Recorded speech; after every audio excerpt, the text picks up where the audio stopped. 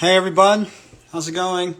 This is Tony Mohammed with BlackRock FC. Welcome to our first Instagram Live segment.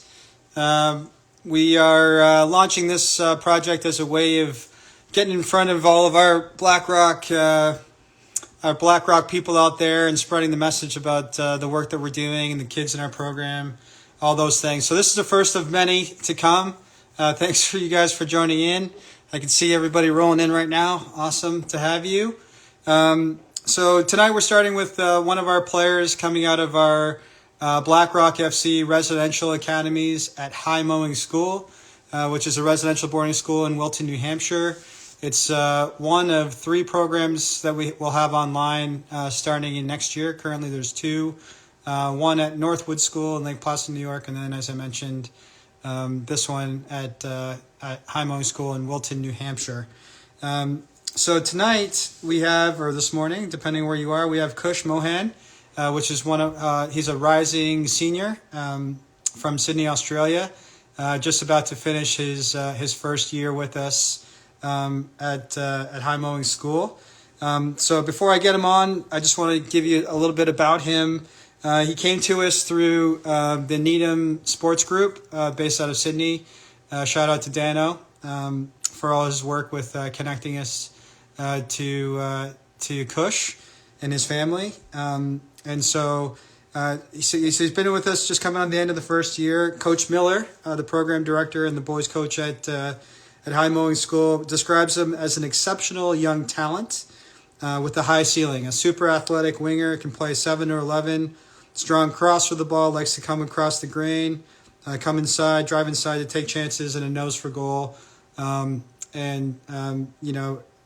We project him to do very well at the next level, and he's getting a lot of attention from some big schools. So we'll get into that in a minute here as well. So, all right. So without further ado, let's see if our man Kush is here. I see him. Here we go.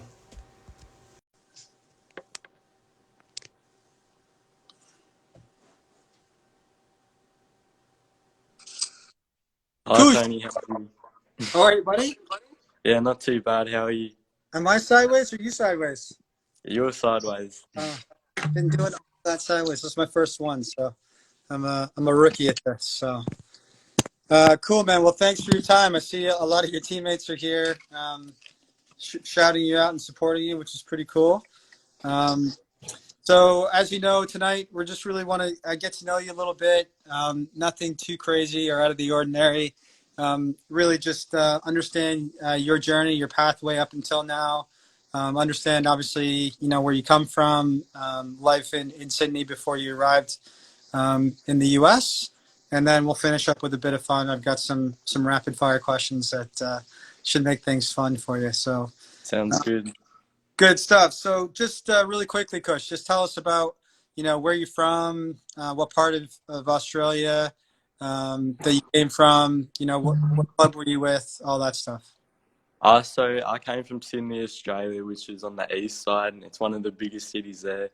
And I've just been playing soccer since I was 7 years old. I've just been going up the ranks in Sydney. Like, there's different leagues. I started off just playing for a local club, Yeah. and I ended up playing NPL 1 before I came here, which is the highest league you can play.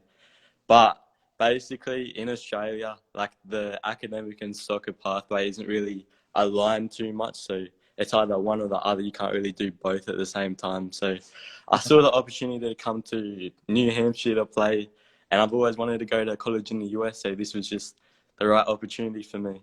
Gotcha. Cool. Well, yeah, there's a lot to unpack there, but just really quickly, so the NPL league in Australia, that's the highest standard of amateur soccer. Obviously, that's where all the academies sit. Is that true? Yeah, that's the highest level of youth football in Australia. Okay, cool. So which club were you playing with back home then? The last club I played for was Hills Brumbies. Okay. Yeah, And is that a pro club and a pro setup? it's a semi-pro club. Okay. Got ya. And so moving your way up the ranks in their setup, Yeah. were you with them the whole time, or did you make a move to them? The year before, I was playing for Bankstown Berries, and my coach was actually Dano over there. But Oh, then I decided to make the move because they were getting relegated down a league, so just decided to make the move up. Okay. to Hills Brumbies. Yeah, So it was a better standard, better environment, that type of thing. yeah. Oh yeah. Cool. And so thinking about your academics or sorry, your school aspect of your life, what school did you go to, and what was it about that experience? Yeah, so my last school was Oak Hill College, but before that I used to go to the King School. But I Okay. found that the academics there was a really high standard, and with soccer I was kind of falling under the pump a bit, so I decided to make the move to Oak Hill so I Okay. could play soccer as well. Yeah. But then compared to here, I find it really different. It's mainly just tests at the end of the year. You can do whatever throughout the year, but if you get the test at the end, then you do well on that, you're set. But over here, I find that the academics are just throughout. You have to do well Hmm. every week. You got to put in the participation. Yeah. I just find this setup a bit better for me, in my opinion. That's great. Good. Well, yeah, we'll get into more on that in a second here. So, but family life, are you an only child? Do you have siblings? Uh, Yeah, I'm my only child, so yeah, it's a bit hard going away from my parents, but I sure. mean, it's a family over here, so I've kind of fit in well. Yeah. Good. That's great. And so, so you grew up, born and raised in Sydney. Played football, went to Kings, then transferred to Oak Hill, right? Yeah.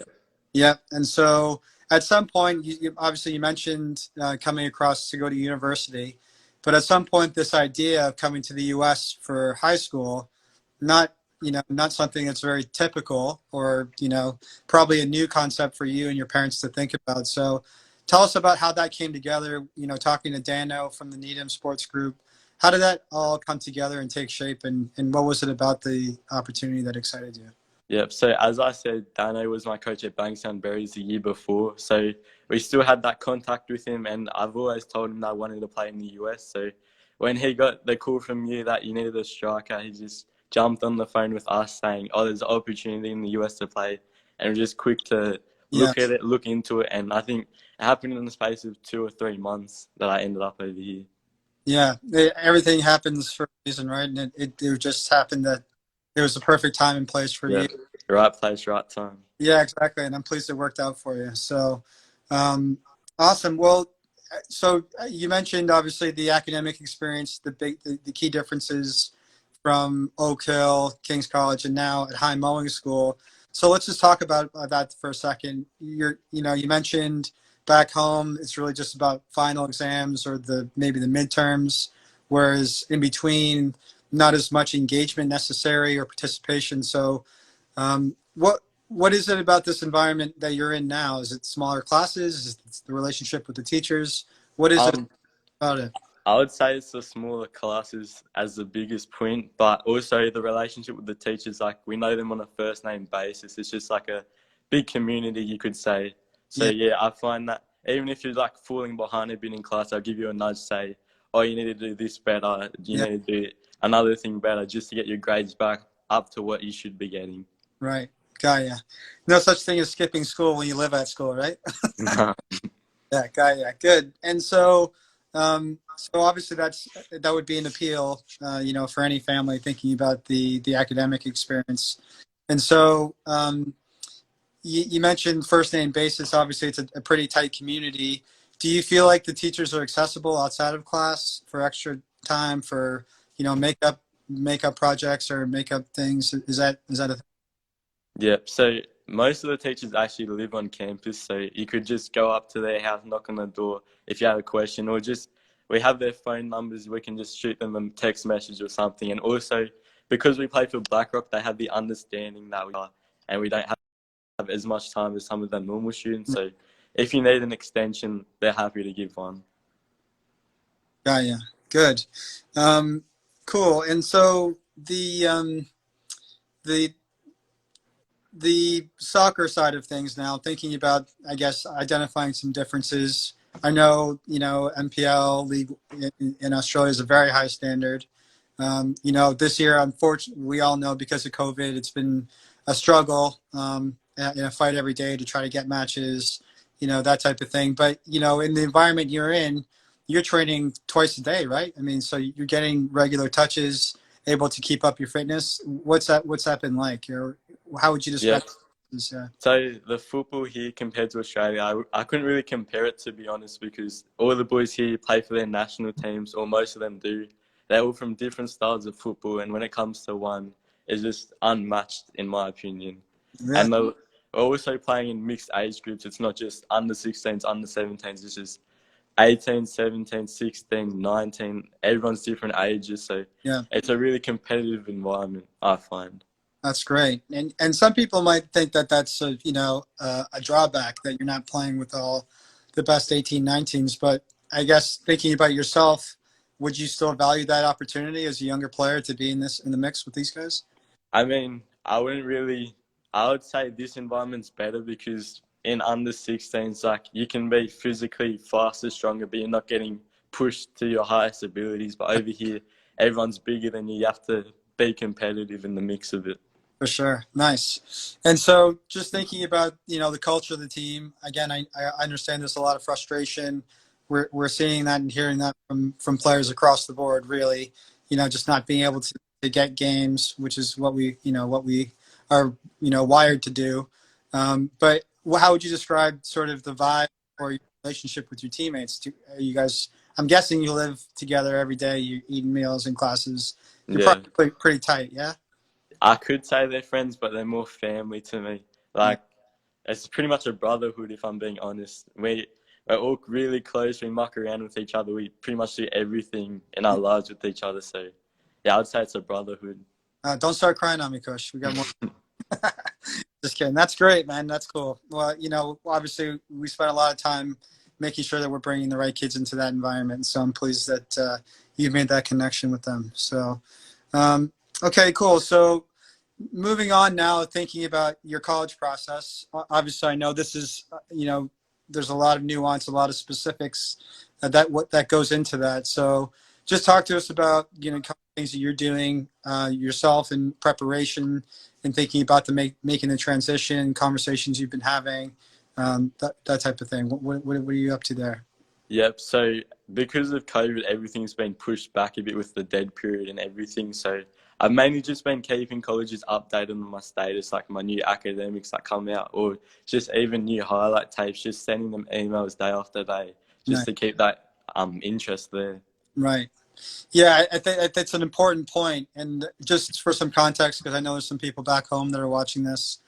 So the NCAA Division Ones, which is the highest standard of university football, we call it college soccer. Universities interchangeable. They're on a recruitment dead period, which means that no NCAA Division One coaches can physically come out to evaluate a player or scout a player for a program.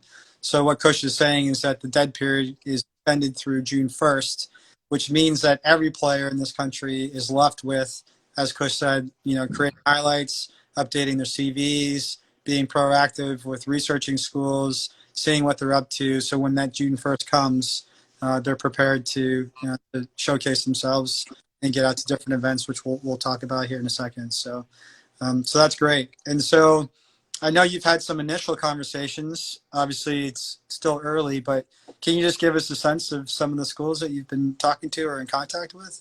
Yeah, so at the moment, I'm looking at some NESCACs like Amherst, Bowden, Middlebury, just for their academic and high soccer as well. Even though they're D3, it's still a really high level of academics and soccer.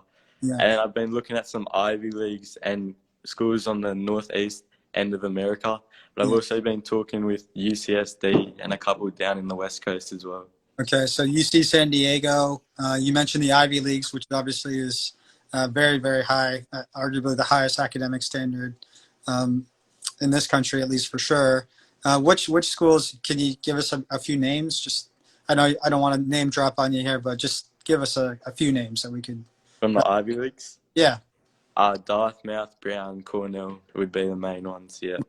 Okay, cool. And then NESCACs, as you mentioned, that's NCAA Division III, so smaller schools, very similar profiles to High Mowing in some ways, and that it's a smaller, residential campus, but very high academic standards, high-level football as well. So that's great. And so, as a rising senior, timing is on your side, and then you've got a longer window of time. And so I would say you're well positioned, to land at one of those places, as long as you keep up with your academics and your football, of course. So, Yeah.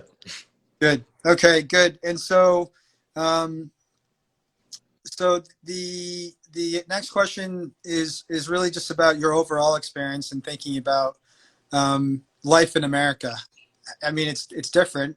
We speak the same language, but what are some of the things that you've noticed about life in America that shocked you or you weren't prepared for?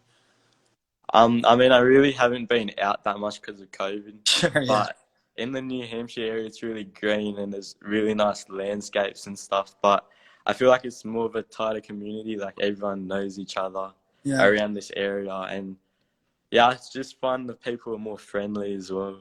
Okay, cool. More friendly than Australians. I mean, from my experience so far. Okay, got it. That's all good. I'm just teasing on you there. So. Okay, cool. Well, so we're going to get into what I would call some rapid fire questions, just a bit more about you. Nothing hardcore as far as questions at this point, Kush, but just a few that hopefully we can get a giggle out of you on this one. So starting with, what's your favorite movie? Favorite movie? Cars 2. Cars 2. And the Yeah. animation? Yeah, that's a banger. Yeah. Okay, that's cool. What's your go-to karaoke song? Karaoke song. I don't have a go-to, but it would maybe be throwbacks, like 2010 to 2015 throwbacks. Any of those would do. Give me one.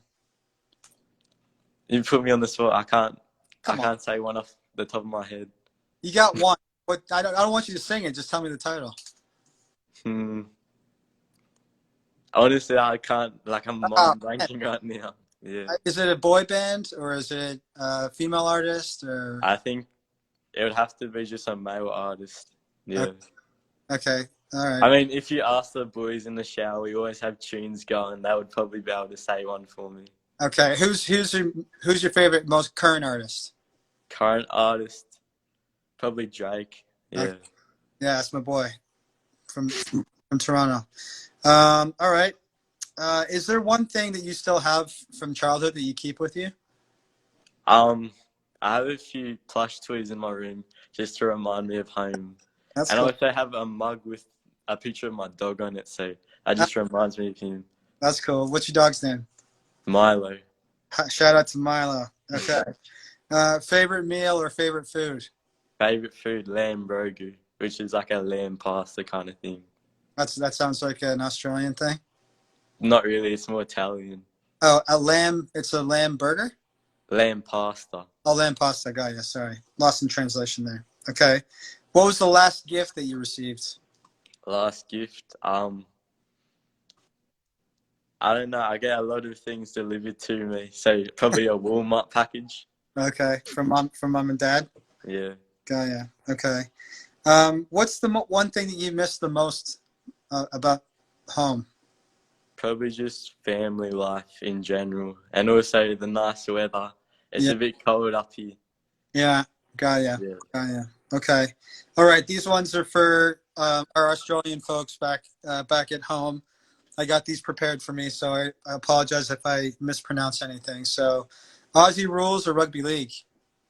rugby league. Hands down, easy one. Okay. Yeah, Bondi or Cronulla? Bondi Beach. I haven't really been to Cronulla, but I would say Bondi Beach is way better. Why is that? I know we just don't go down the south much, and Bondi's just the go-to spot. It's the spot to be. Okay. Tim Tams or Anzac biscuits? Tim Tams. I know I've handed out some to the boys here, and they really liked it. Well, So yeah, I'll take Tim Tams all the way. save a packet for me, man. I got to be up there soon. Sydney FC or Wanderers? Sydney FC, hands down. Okay. Cahill or Fiduka? Tim Cahill. Why is that? Just he's an Australian legend. Yeah. If you ask anyone from another country, they'd say Tim Cahill's the only Australian player you know. And I just really like his style of play and his athleticism as well.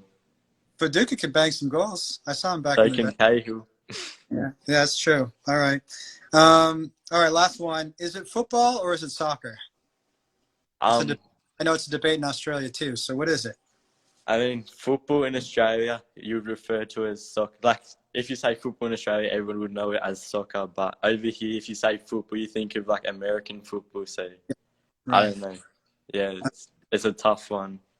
All right. So some of your teammates are shouting you out. Would you sing Ed Sheeran, Yeah, Ed Sheeran's a good one. John Legend? I do not know who John Legend is. Not What? gonna lie. How old are you, boy? Okay, cool.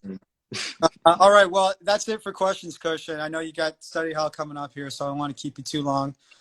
Anybody you want to shout out while we got you here? Shout out to Dano who got me here. Shout out to my parents for just all the sacrifices and everything. And shout out to my trainer Marvin back in Australia. He did a really nice job in the last couple of months I was there. I really applaud him for that. Awesome. Love it. Okay, Coach. Well, I'll let you get back to life at school. But I appreciate your time. This was our first one. You've done well for us here, buddy. So appreciate that. Thank you. Hearts from Sipla, so she's shouting you out, coming back on Instagram here. So thanks for your time today. Thanks for everyone else for tuning in. Hope you enjoyed it. We'll be back to you next week with another guest on BlackRock FC Instagram Live. For now, this is Tony and Kush signing off. Have a nice day. Bye now.